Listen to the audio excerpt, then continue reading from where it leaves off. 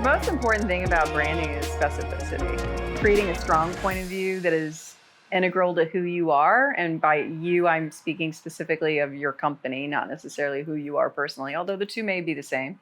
I do think specificity is the most important.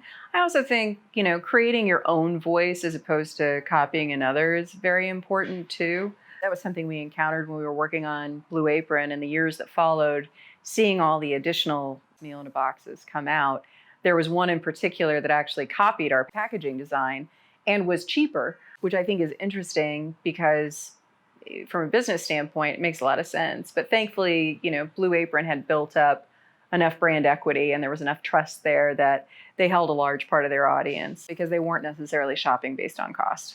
So I would say specificity is incredibly important. Second thing I would say is really important from a brand is staying connected to your audience, understanding the sea changes that happened, when competitors pop up, if your company or your brand has done something that is disappointed or gotten negative press, is how do you then come out and combat that?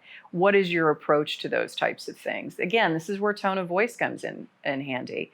If I know if I order something from REI, it costs a little bit more. I also know that they have a return policy of something insane like half a year or a year. And there are other outdoor brands that do that as well. So just thinking about the ways that you could have unique offerings that are specific to exactly what you stand for that's entirely what brand is about.